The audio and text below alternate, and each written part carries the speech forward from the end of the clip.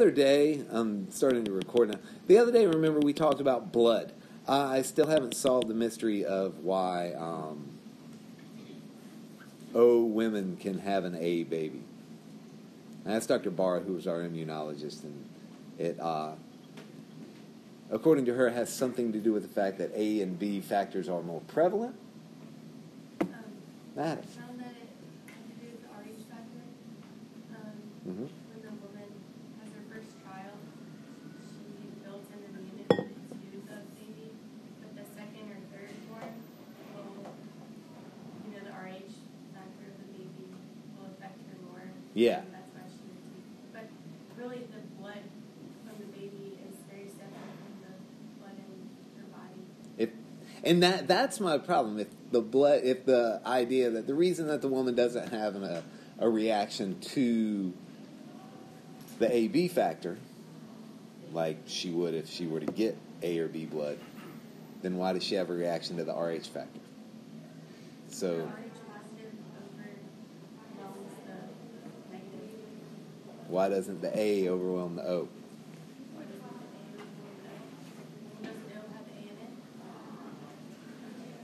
A person with O blood has antibodies for A. Yeah. This isn't something it's a question that's just bugging me. It's not really a major lesson in anatomy. Thanks for engaging with me, Madison. Let's talk about that more Friday. We'll spend 3 hours talking about it.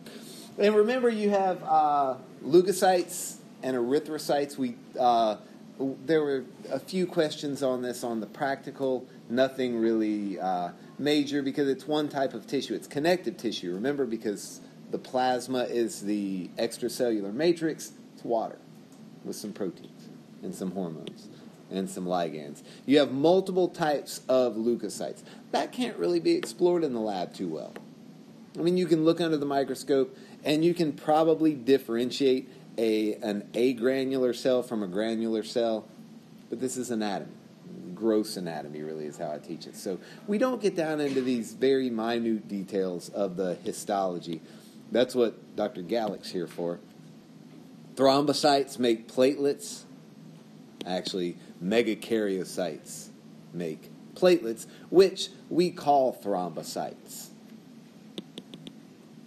The heart is made primarily of cardiac muscle. There's no other kind of muscle in there. There's epithelial tissue and connective tissue.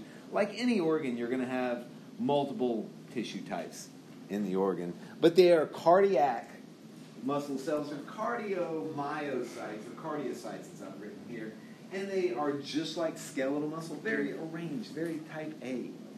Everything needs to be just in place in the sarcomere. You have that A-band, your isotropic region, your anisotropic region, your Z-line, your M-line. All of that's in cardiac muscle. The only difference is intercalated discs that connect all these cells. Desmosomes holding them together, gap junctions connecting them to one another, so that when one contracts, they all contract. And then finally, there's no neuromuscular junction here, because the somatic nervous system doesn't innervate the heart. The autonomic nervous system, right? You can't think and say, ooh, let me squeeze my heart. That's the somatic nervous system. It's the autonomic nervous system. And we'll look at the innervation of that just a little bit. There's also a fibrous skeleton, which its primary job is the exact opposite of the muscle. The muscle squeezes the heart. The fibrous skeleton pops it back out. It holds it in place. The first thing that we talked about this semester was the different types of tissue. And one of those was connective. A subset of connective was reticular. And within the reticular, you had some elastic fibers. So it's mainly collagen, some elastic fibers. That's what's working here. When the muscles contract, when the heart gets smaller, and then they relax, and this fibrous skeleton just pops everything back out. It's also like rubber. It's insulating. And that allows compartmentalization of the electrical activity of the heart.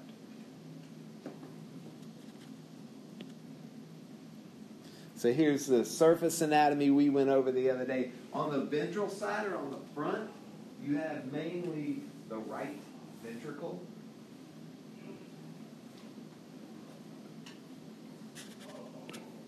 And that's just because it's turned. Right here, you have this interventricular sulcus. And then you have you could call it just anatomically the atrioventricular sulcus, also called the coronary sulcus. There's fat in these for cushioning. It holds the blood vessels that service the heart, and it also serves as a rich energy source.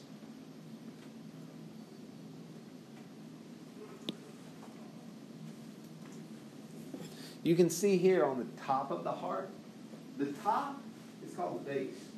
Weird. The bottom is called the apex. You can see right here, the right atrium is really encompassed by or taken over by the vena cava. Superior that comes from the head, inferior that comes from the liver really, but all of the tissue down here. Inferior to the heart. But when they combine, they dump right into the right atrium.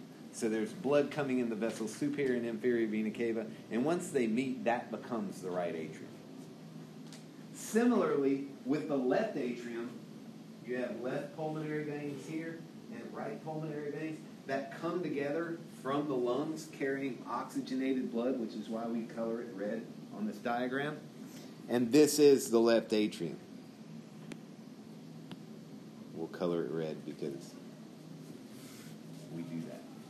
So the left atrium is just those pulmonary veins coming together, and that's where they hold down to. Now, in those atria, you have very minuscule, diminutive muscles compared to the muscles in the ventricles that we're really going to dissect and talk about today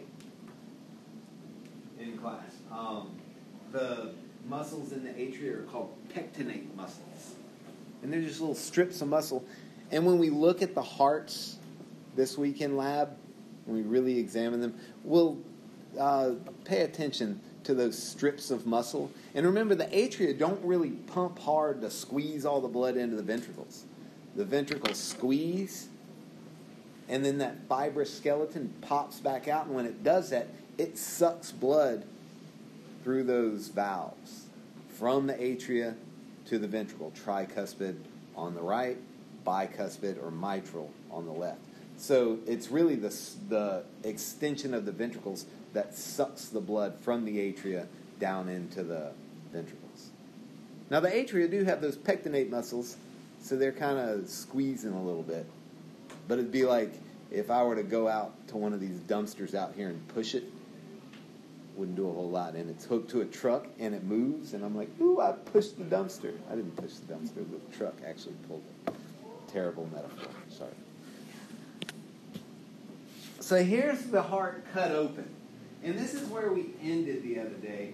And I mentioned the fossa ovalis, which is a little disc of connective tissue that holds the two atria together, is really what it does. Now, embryonically, the fossa ovalis is the foramen ovalis. And does anybody remember when we talked about foramen, transverse foramen? What were foramens? Holes, right? So this is a hole, and the reason this is a hole, we'll talk about this at the end of this lecture, is because you're shunting all the blood away from the lungs because the baby picks up oxygen from the placenta, not the lungs. And that closes off. And the fossa ovalis, and then this little guy right here, the ligamentum arteriosus, are remnants of shunts that prevent blood from going to the lungs in utero. Now they just make heart surgery difficult because they're holding the aorta down to the pulmonary, down right here to the pulmonary trunk, and then they're holding the atria together. But this is the aorta right here coming out of the left ventricle. Let's try to get, we can use black because that'll show up well. Here's the aorta coming out of the left ventricle, carrying blood to the body through the systemic circuit. The first branch is going to be the brachiocephalic trunk. After the brachiocephalic trunk, you have the left common carotid, the left subclavian, and then after the left subclavian, the aorta takes a turn 180 degrees inferior and starts to descend down the dorsal aspect of the visceral cavity. The arrows and stuff you did. The arrows. Yeah. Just that those are the ones we get now. Yeah, those are the ones. And really, to be perfectly honest, those arrows are little animations, but this program doesn't let me click through. So when it's in PowerPoint, I click and it kind of puts them up, and it reminds me to talk about all of them as I'm going through. So, superior vena cava. The superior vena cava brings all the blood back in from the superior structures, the structures superior to the heart. Really, the head. Most of our blood goes to our brain. Our brain's our most powerful tool. So, lots of blood goes there. The ascending aorta, I'll go through all these here. So the ascending aorta takes blood out to the entire systemic circuit. We already talked about the fossa ovalis. The pectinate muscles, remember, those are these little tiny muscles right here. And those are just little strips of muscle in the atria. The cusp of the tricuspid valve, right here, which is attached to chordae tendineae. The chordae tendineae go from this valve here to little muscles down here called papillary muscles. Papillary or papillae just means like a little nipple, basically. So the papillary muscles, you can see, are these little protrusions, finger-looking muscles that hold on to the chordae tendineae. Because you have to think, whenever the right ventricle and the left ventricle contract, it's putting a lot of pressure on that valve. So then when the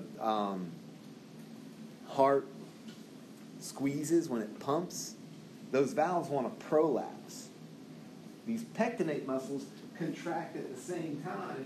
And it's like a whole bunch of guys holding on to the valve, and they tug just right at the same time as all the muscles around them contract. So they're connected. These papillary muscles are connected to the same electrical impulse that the ventricular muscles are, the muscles in the ventricle. So everything contracts at the same time. Here's the inferior vena cava, which just brings all of the blood back from the more inferior structures. And as we'll learn, that comes almost exclusively from the liver. Because all the blood feeds into the liver and then comes up through the diaphragm into our thoracic cavity. Left common carotid artery, which is going to go to the head. Left subclavian artery goes under the clavicle, kind of easy, out to the arm. Left pulmonary arteries, left pulmonary veins. Left pulmonary arteries are going to go to the lungs. Pulmonary veins come from the lungs.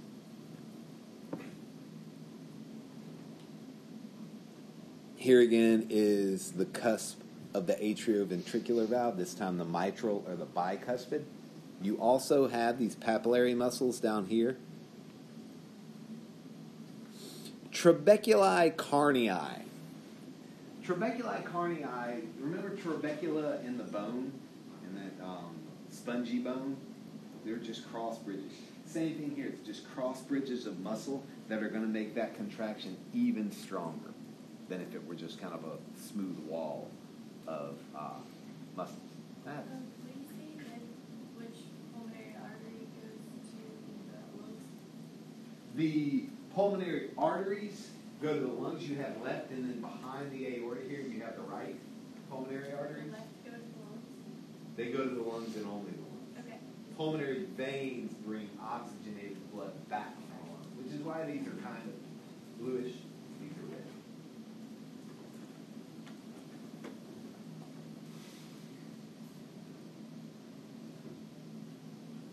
Okay. This drawing is getting a little too messy. I think I have another one. So,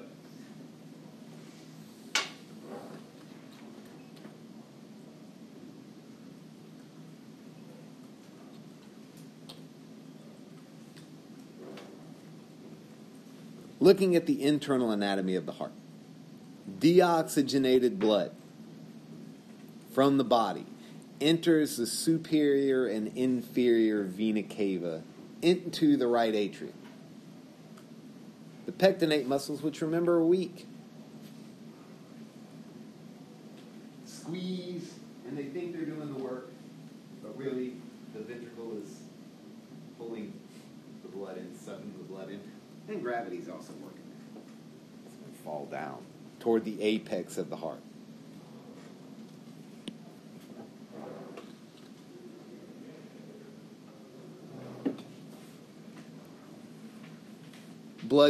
Deoxygenated blood is going to go through the tricuspid valve, or the right atrioventricular valve. There's 3 papillary muscles because there's 3 cusps. Tricuspid and 3 cusps. 3 papillary muscles and 3 groups of chordae tendini.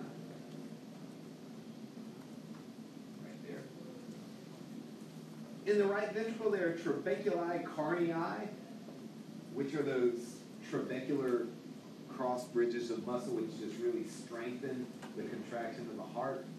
And then there's the moderator band, which is right here. This is only in the right ventricle. And it's not really of any functional or physiological importance. What it does is it carries the electrical signal. Remember, the electrical signal is going to start at the sinoatrial node, go down to the AV node, go down through the bundle of His, and then up through the Purkinje fibers.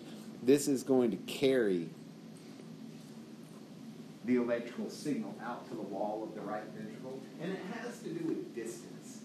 What this does is it kind of makes sure everything pumps at the same time. But the moderator band, what they can do is in an ultrasound, they can really figure out which side of the heart they're looking at, which is going to be easy in you and I. Right ventricle's on the right side. But if they're looking for the heart in an ultrasound of a fetus, they're going to look for the moderator band. And the moderator band, because it's a unique bundle of muscular tissue or conductive tissue, they can really see that well on an ultrasound. So this is going to be able to allow them to get their bearings on where the heart is, where the baby is, what area of the heart they're looking at, and really make some inferences about the physiology of the fetal heart. And you said it does what again? It can, so sinoatrial node, internodal pathway, AV node, bundle of His. And what it does is it carries the electrical signal to the outer wall of the right ventricle. And then there's actually a bit of physiology in there that it speeds the transduction of this signal to the right ventricle, so it catches up with the left ventricle. But it's really just a structure that is clinically important in obstetrics. Yes, Emily. So the moderator band carries electrical signal to the outer wall of which ventricle? Right ventricle. Yeah. And how do they tell in a fetus whether it's? I just don't get. Like, it looks very small. It does, but it is very small, especially in a fetal heart. But it's very unique looking. It's just very prominent. My ultrasound skills are lacking, to say the least. So I don't know exactly what they're looking for, but whenever I'm annoying in doctor's offices, and so when they were looking at my daughter's heart, I was like, "Oh, what are you looking at? How do you find the heart? Would you?" Grilling. I'm the least favorite person of a nurse or anybody in a doctor's office because I'm curious. So,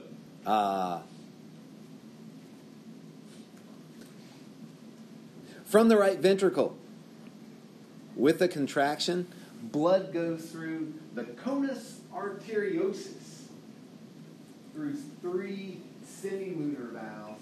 Conus arteriosus, that's just the cone that leads to the pulmonary artery, and exits through semilunar valves.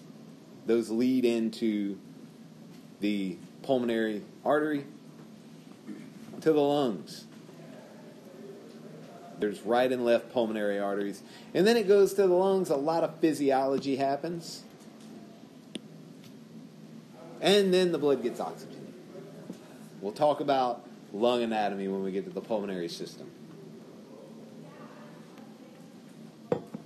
So blood then comes from the lungs, enters the right and left pulmonary vein to the left atrium, through the mitral or bicuspid valve to the left ventricle.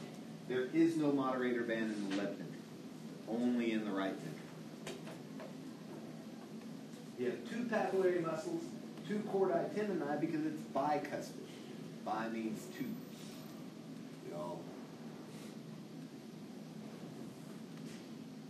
To the left ventricle, prominent trabeculi carnii, very prominent, big, huge girders, big fingers coming out that pull that ventricle closed and squeeze all the blood out.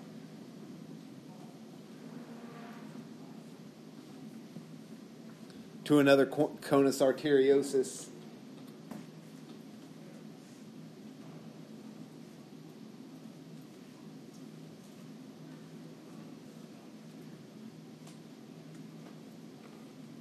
This time to the ascending aorta, which I've covered up there.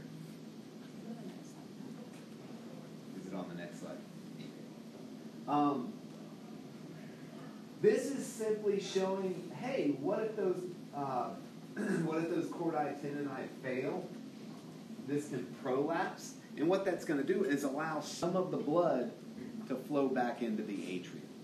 It just reduces the efficiency of the contraction. Reduces the cardiac output, reduces the amount of blood that comes out of the aorta.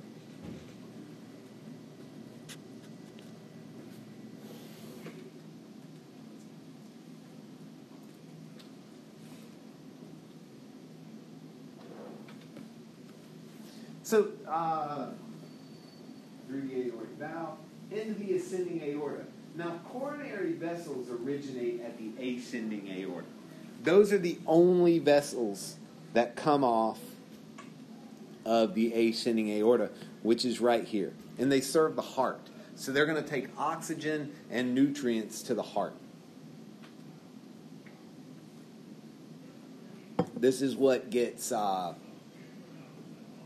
clogged, where they have to do bypass surgery to go around, where the most common reason to have open heart surgery. This guy here, this diagram here, simply shows the right coronary aortic sinus and the left coronary aortic sinus. And this is something we'll cover in physiology. If we look at it a little bit closer, here's the AV node, and this is the left bundle branch. This is part of the electrical system of the heart. There are fibers that are going over to the left and over to the right part of the heart. The ones to the left are shorter than the ones to the right. So if you have your heart here,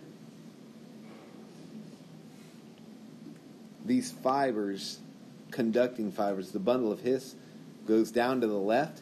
Now when it goes to the right, it just has farther to go for some reason.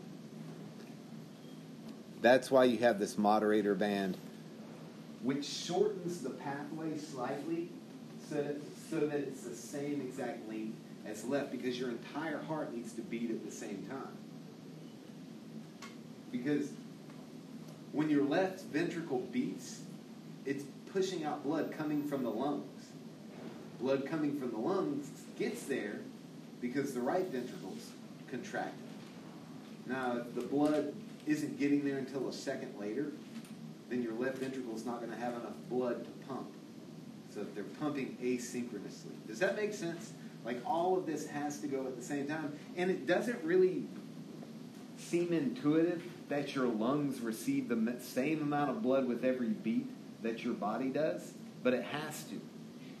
Because if you put a liter of blood into your lungs and then a liter of blood into your body, it's equal. If you only put half a liter into your lungs but then a liter into your body, then only a half a liter is going to come out of the lungs into the left ventricle to go into your body.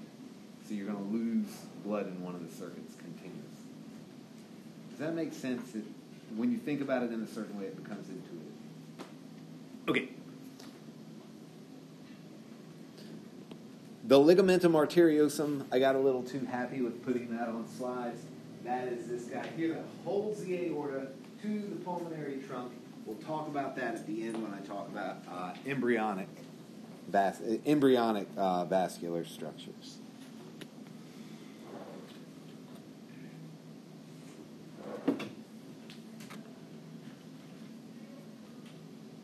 So here we have a transverse section of the heart. The ventricles cut off, or the atria cut off. Here's the bicuspid valve, the tricuspid valve, and here's the aortic valve, 3 semilunar valves, and the pulmonary valve, 3 semilunar valves.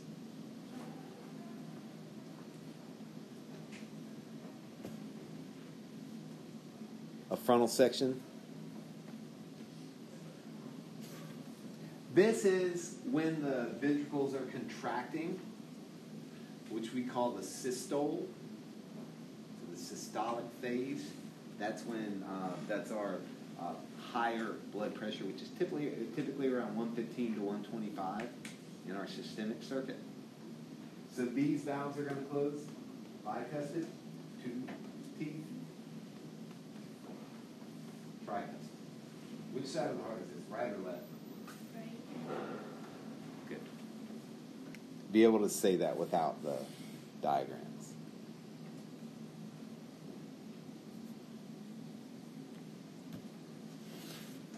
So these coronary arteries that I talked about, coronary arteries come off of the ascending aorta. They're the only vessels that come off of the ascending aorta. That's it. Nothing else comes off until you get to the arch. So the coronary arteries, there's a right and a left. The right services the right atrium, part of the left atrium, right ventricle, part of the left ventricle, interatrial and interventricular septa.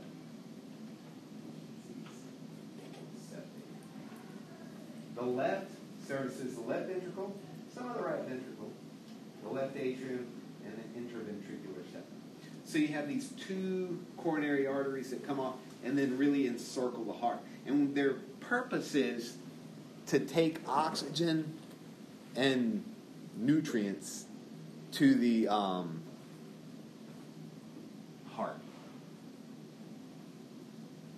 They're the first ones off because that's the most important thing to the heart. It's very self-serving. If the heart stops beating, there's no reason for the heart to beat, I guess. So here's just another picture. Here's the cardiac veins, and they dump right into the right atrium. They don't go into the vena cava. They dump right into the right atrium, and it's more like a sinus. It's just this big, massive pool of blood that comes back in and then dumps right into the right atrium. And you can see that vasculature is pretty extensive. It goes around all the vessels. It goes around all of the musculature of the heart, both the atria and ventricles.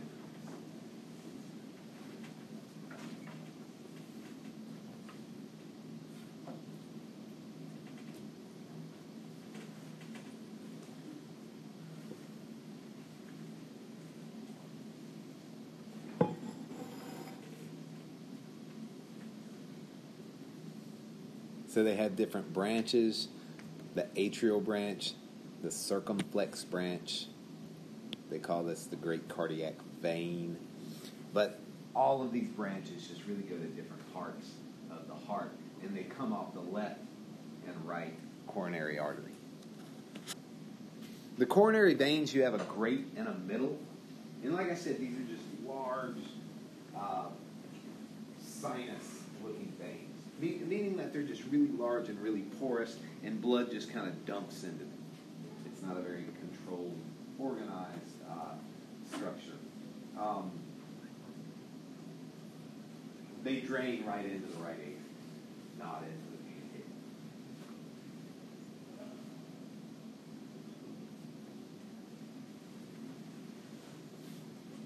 So Yes. when you say that they're like porous, like are they still like tube-like? They are. Yes, they are tube. They're tube-like, but they're for the length. They're bigger around than they are long.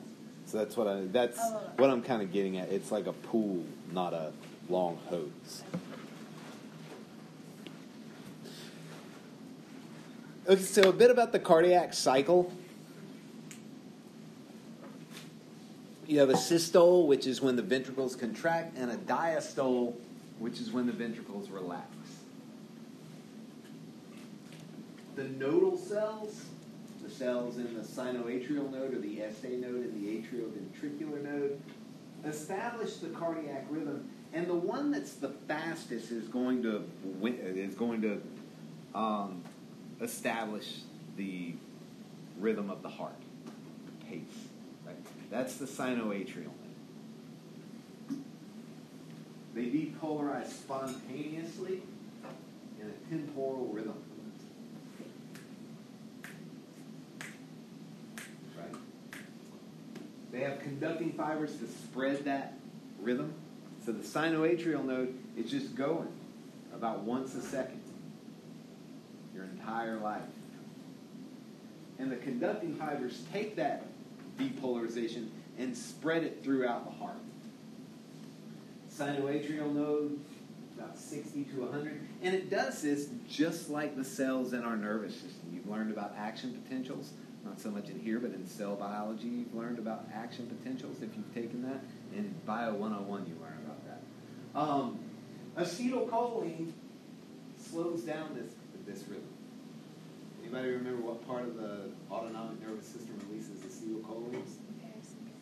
Parasympathetic. When you eat a bunch of turkey and big, happy, and fat in a couple weeks, laying down, parasympathetic nervous system's going, your heart rate drops to about 60 maybe, 50, 45. A lion jumps out of the bushes, starts chasing you. Sympathetic nervous system releases norepinephrine. Heart rate speeds up. That's this sinoatrial node cells speeding up.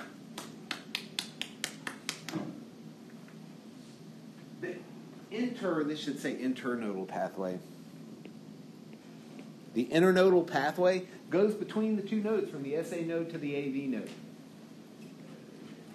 The AV node conveys the signal to the apex of the heart via the bundle of his. So I think he's Italian.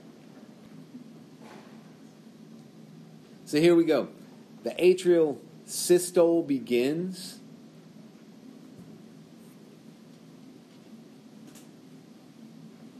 Contraction forces a small amount of blood into the relaxed ventricles. So this is the atrial systole, which is I don't know why I started with this, because this is the atrial systole ends, atrial diastole begins, but the ventricular systole is what we call the systolic phase of the heart. That's where the ventricles have this massive contraction, pushing blood out into the pulmonary arteries and the aorta, and then everything rests for just a second during ventricular diastole, and then we get back into atrial systole, which is really part of the diastolic phase. So systole is when they're contracted? Yes. And diastole is when they're relaxed? Systole means contraction, diastole means relaxation. So this is a diagram of the really showing closely the electrical components of the heart. Some terms that I don't think are on here. Tachy means fast. Like your tachometer in your car tells you how fast your car's spinning around, your engine spinning around. Tachycardia means your heart's going really, really fast. That would be with sympathetic activation. Brady, like Tom Brady maybe. Brady is really slow. So bradycardia is when your heart's going really slow. Those are just two clinical terms. And by going, you mean like beating? I'm sorry? By going, you mean like beating? Tachycardia would be about 120 beats per minute. Bradycardia would be 30 or 40 beats a minute. So again, you have your SA node. Signal goes to the internodal pathway. Atrioventricular node. Now the internodal pathway is only in the atria. See the internodal pathway right here? It's only in the atria, and it's isolated from the ventricles by the fibrous skeleton of the heart. Isolates all that electrical activity from the ventricles. Don't come in here. If it innervated some of the ventricle, because all of those cardiomyocytes are connected, if one of them gets stimulated to beat, all of them are going to beat. So the internodal pathway is isolated from the ventricles. Once it gets to the AV node, this spreads really quickly. Here's your moderator band, taking it to the outer wall of the heart, because this is just a long pathway. This gets reinforced right here. But see, your left and right ventricles contract at the exact same time.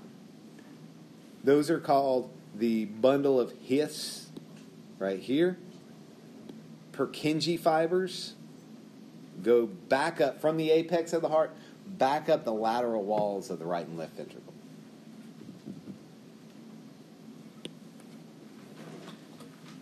This is the autonomic input to the heart. Spinal chain ganglia. Which part of the nervous system is that? Sympathetic or parasympathetic? Sympathetic. And then, guess what part of the parasympathetic nervous system innervates the heart? What nerve? Oculomotor, maybe? Trigeminal? Hypoglossal? Vagus. The vagus does everything. Vagus is the parasympathetic nervous system. So this is the vagus nerve. All the way down to the heart. You have your synapse here. So you have your preganglionic, myelinated fiber, your postganglionic, unmyelinated fiber here. Both of them innervate the heart. And where they touch the heart is going to be at the SA node. Now they go other places. You can see they're kind of going everywhere. But their primary innervation is going to be right here at the SA node, speeding up or slowing down the rate that the sinoatrial node is clicking, causing the heart to beat. It does other things down here, like increases glycogen utilization, increases mitochondrial function, increases or decreases the diameter of the cardiac arteries. But its main function is to influence the rate of firing of the SA node. Yeah. Is that for the sympathetic? Is that Like which? sympathetic and parasympathetic? Okay. They all just encompass the heart, doing opposite things, but multiple things. So we've gotten to the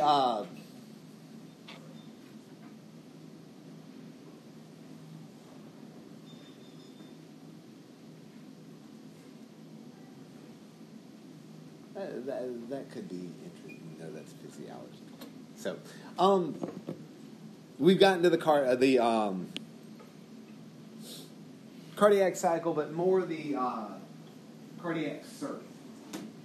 You have a pulmonary circuit right here.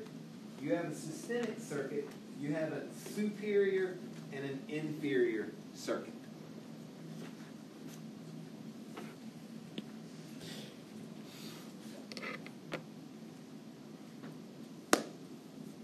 The circulation in mammals,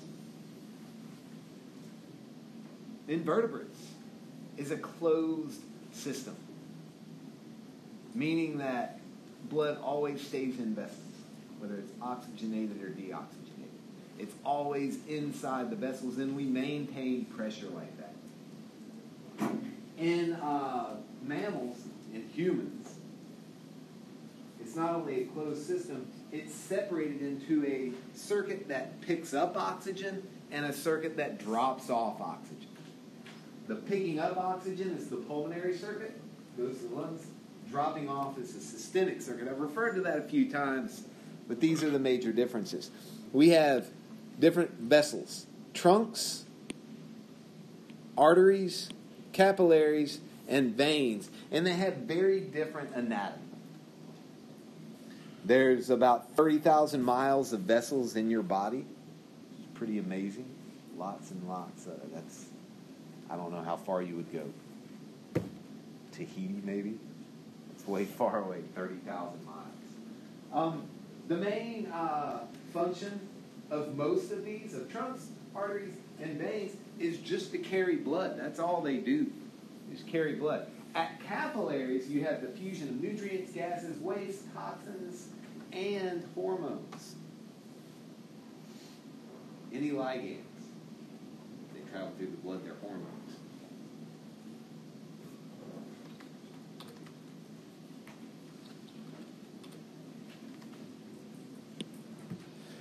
The cross-sectional anatomy of all of these vessels. You have a tunica intima, which gets intimate with the blood, all the way at the inside, and this is epithelial tissue. These are endothelial cells, and they're not just structural. Because they're epithelial tissue, what do? They secrete. They also absorb. So they're monitoring your blood, sending signals through the autonomic nervous system to your brain to say, hey, you got too much carbon dioxide going on here. And then that's probably going to increase heart rate, dilate the bronchial tubes, allow you to breathe, or cause you to breathe more, and cause your blood to circulate that oxygen more.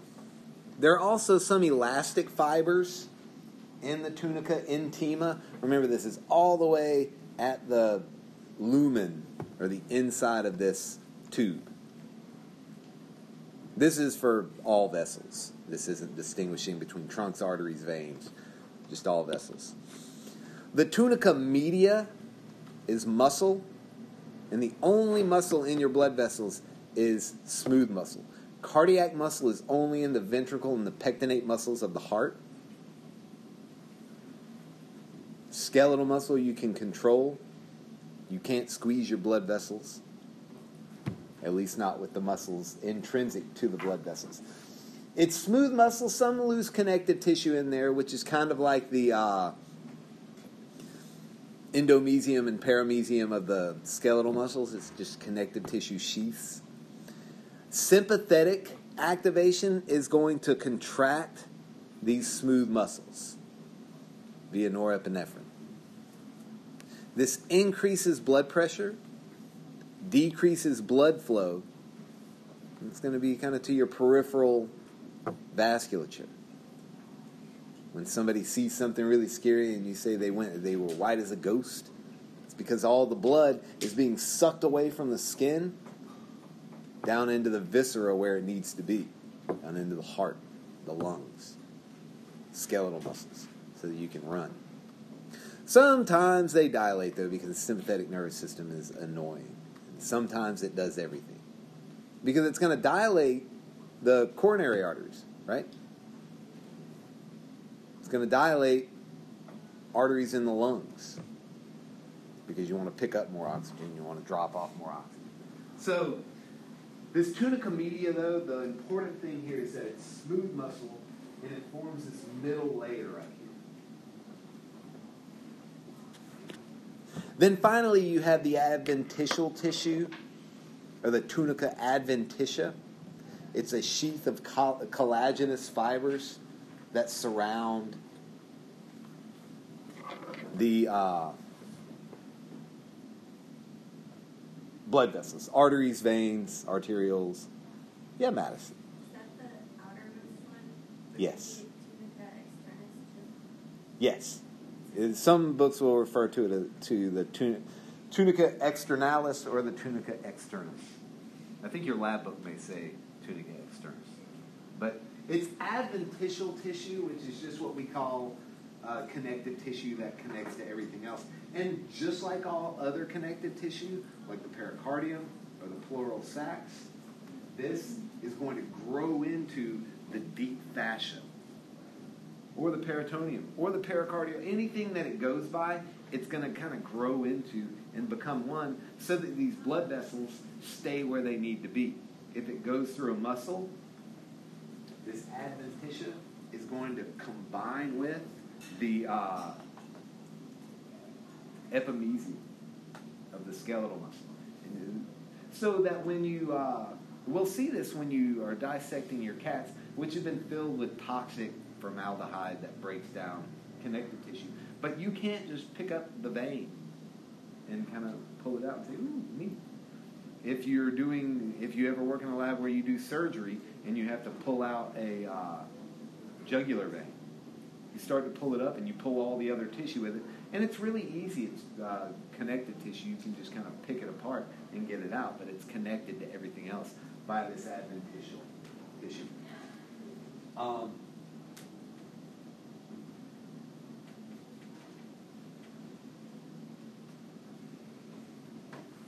Seems like there was something else I was going to say.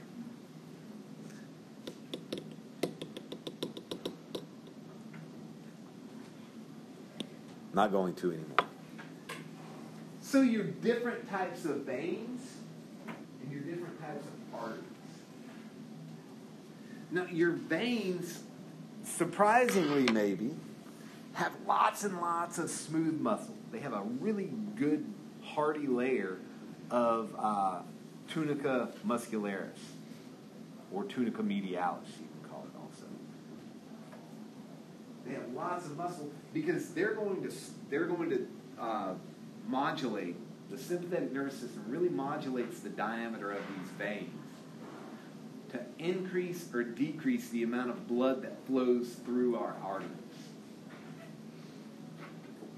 Now, really big arteries, like your aorta, really doesn't have a whole lot of muscle at all. The last thing you want to do is screw up and constrict your aorta all the way down, right?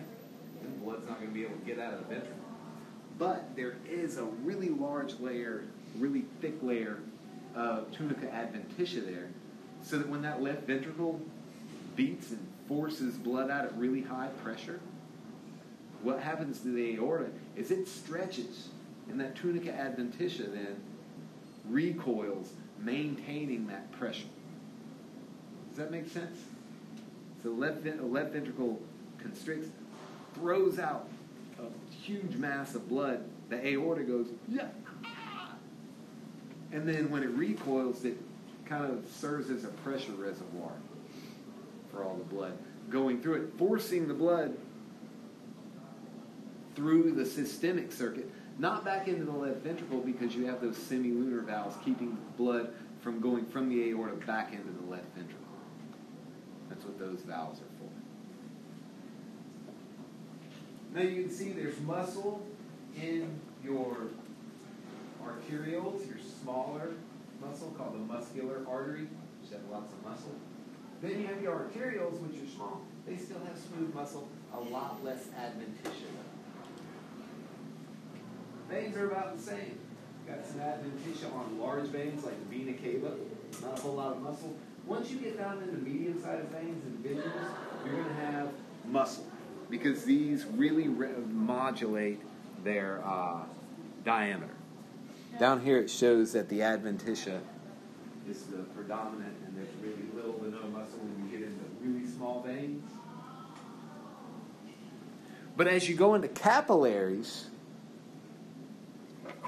all you have is the endothelium. Because capillaries aren't really for carrying blood at all. They're meant to exchange oxygen, sugar, hormones, any other kind of nutrients, vitamins, to the tissue. And it does this by just excreting all of the plasma out of the capillary bed. So these are really leaky. When they're called continuous, they're held together, but still a lot of stuff can come out because this is just one little tiny layer of epithelial tissue. They're connected by tight junctions, but things can pass because there's pressure there in the capillaries. Fenestrated, fenestra means window in Latin. Fenestrated capillaries are really leaky. Lots of stuff is leaking out. Going a little further than fenestrated capillaries, we have sinuses, where it's not just little tiny windows, there are big gaps in between cells. Now, red blood cells can't come out. Those big proteins, the albumins, globulins, fibrinogens, can't come out unless there's some laceration, unless there's a cut where the capillary bed's open. Then your blood just starts to come out and hemorrhage. But under normal circumstances, in healthy tissue, the sinuses just let all kinds of things out of the blood. All of the blood plasma comes out.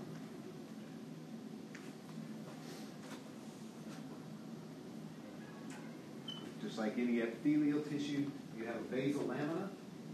Remember when we talked about that 3 or 4 years ago? And then epithelial cells, here they're just a specific type called endothelial cells.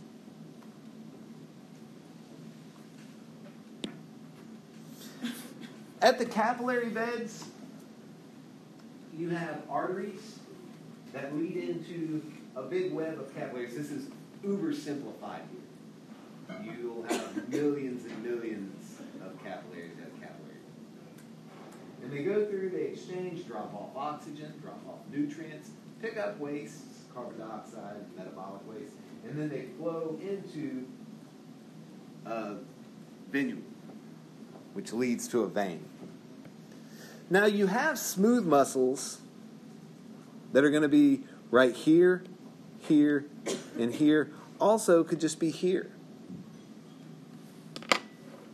In this simplified drawing, it makes more sense to draw them in these areas.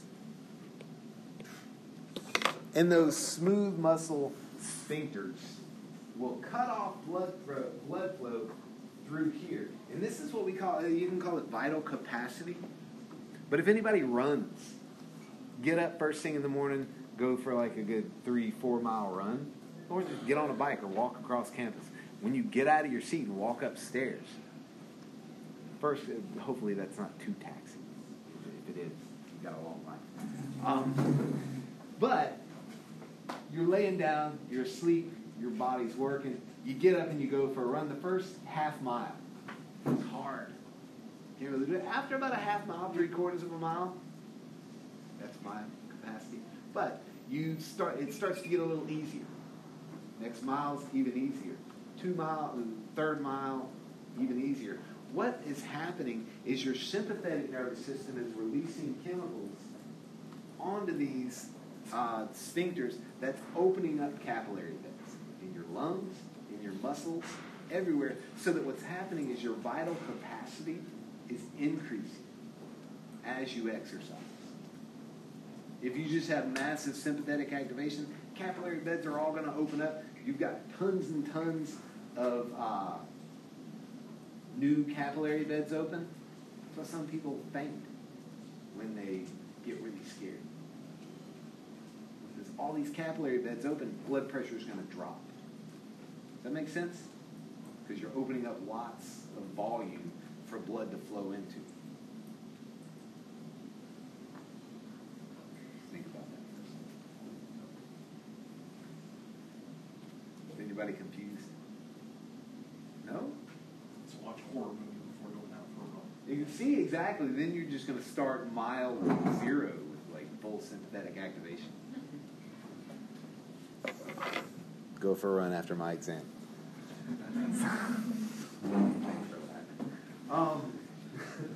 This guy right here is where blood flows through. This is an arteriole. Has the qualities of an arteriole. It's not leaky like your capillaries. It flows right around. And this is where blood's going right now when you're sitting at your desk. There are tons of capillary beds in your lungs that aren't even being used. Blood's not flowing through it because the capillary sphincters are closed. And there's what we call an anastomosis. This word right here. An anastomosis that shunts blood around this capillary bed. So this guy here, the cross-sectional area is, say, 2. Doesn't matter, 2 meters. Here it's 200 meters of cross-sectional area, cubic meters, I guess it would be. That's volume, cross-sectional volume. But the volume in here is much, much bigger. So, if you open all this up, what that does is it massively increases the volume, creates basically a vacuum, so blood doesn't flow to your brain and everywhere it needs to, so you get the vapors. Right? Everybody know what I'm saying? Like, if you increase the volume, if you don't, talk to me in lab about it. Now, I've mentioned this a couple of times in lab and here, but in the veins, you have blue right here in the veins. This is the volume of blood in the different parts of the circulatory system. Notice,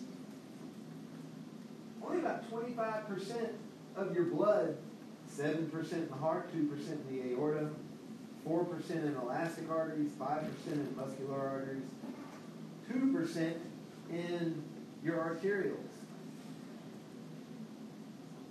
That's only about 20% is in your arteries. About 70% is in your veins. It's because your veins are loose. They're hanging out. Remember like an old worn out pair of pantyhose? It's kind of loose and flaccid laying around, full of blood.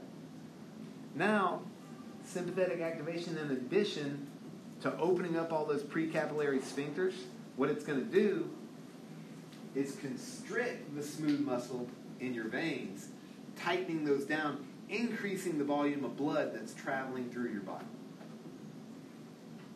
That's actively moving in your body. It's not like blood just sits in your veins for weeks at a time, but it's just moving really slow, kind of going through. If you constrict that down, now you're shooting blood through the veins. You increase what becomes your arterial pressure, the pressure in your arteries.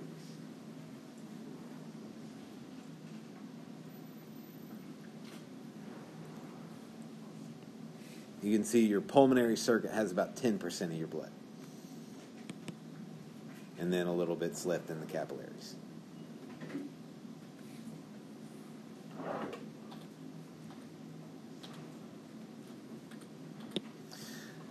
Now, in the pulmonary circuit, I think I said 35 and 10 or 35 and 15 the other day.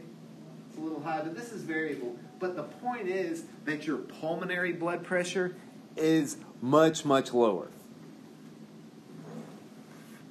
About, 20% or so? A fifth? Less than that. A fraction of the pressure of your systemic circuit. And that's really because your systemic blood pressure has to get blood all the way to my fingers. It's 7 feet up in the air right now. 3 feet away from my heart, but all the way up here. My fingers aren't turning white. My fingers aren't glowing pale because my heart can do that. Really high systemic pressure. My lungs are right here, so it just spits out a little blood at 20 millimeters of mercury. Much, much lower pressure in my pulmonary circuit. So, let's follow blood through a little bit. From the right atrium to the right ventricle to the pulmonary trunk to the pulmonary arteries, lungs, pulmonary vein, left atrium, left ventricle. Really easy. Cardiac cycle, cardiac circuit. Pretty easy stuff. You probably have been introduced to this before. But once it leaves that cardiac circuit, left ventricle to the ascending aorta. What are the only vessels that come off the ascending aorta? The crown vessels. Coronary, right? So, coronary. Then you go to the aortic arch. And to the right side, you have the brachiocephalic trunk. The brachiocephalic. Brachio means arm. Cephala means head. So it goes to your arm and your head. It goes to your right arm and your head. Your right head, really. It splits into the vertebral, which goes to the central nervous system. The axillary, remember your armpit's your axilla. So the axillary. And then your thoracoacromial. Thorax, and really under your scapula, under the acromion. Takes blood to the thorax into the area of your clavicle. Let's see if this will blow up to where we can see that. Here's your thoracoacromial. Just this little guy goes to the acromion, under the clavicle, and then down to your thorax. Here's the vertebral. And then the thyrocervical. What do you think that services? Thyroid.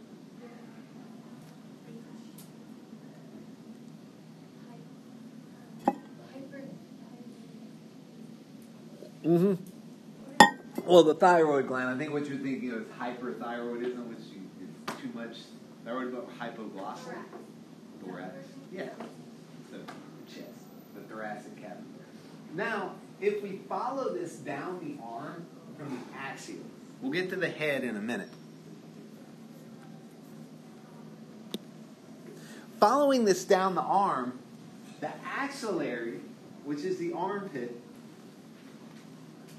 leads to a branch called the humeral circumflex.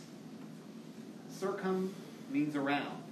So it just flexes or bends around the humors. Then it goes to the brachial, meaning arm, on the anterior side. The radial and ulnar, easy stuff, right? Radial's got to be lateral. Ulnar's got to be medial because that's how those bones are.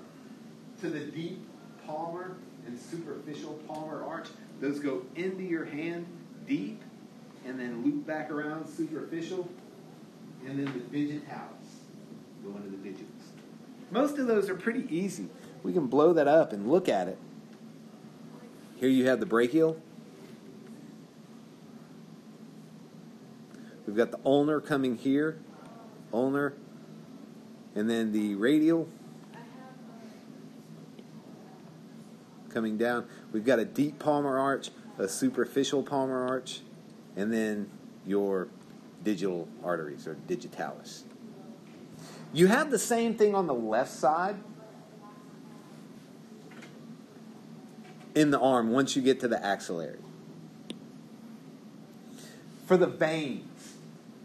For veins, you have two groups of veins. Arteries, it's only one. Arteries are easy. You only have one. For veins, you have superficial, which are really what are accessible to phlebotomists, people who draw blood. And then you have your deep, which are going to run alongside the arteries. Now, if you have an intravenous catheter put in, 99% of the time, it's going to be in a vein. And typically, it's in a superficial vein. So these superficial veins are how we access the blood. The cubital.